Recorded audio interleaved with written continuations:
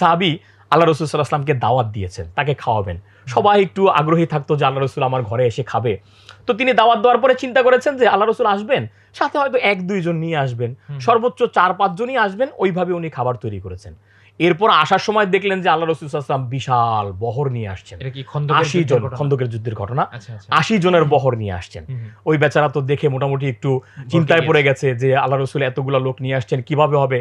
তিনি কানে কানে গিয়ে আল্লাহ রাসূলকে বললেন, ইয়া রাসূলুল্লাহ, আমার তো প্রিপারেশন ছিল এরকম, এত মানুষের খাবার তো ইন্তজাম আমি করিনি। আল্লাহ রাসূল বলল, মুস্কি হাসি দিয়ে বললেন যে কোনো সমস্যা নাই, তুমি বিসমিল্লাহ বলে খাবার দেওয়া শুরু করো।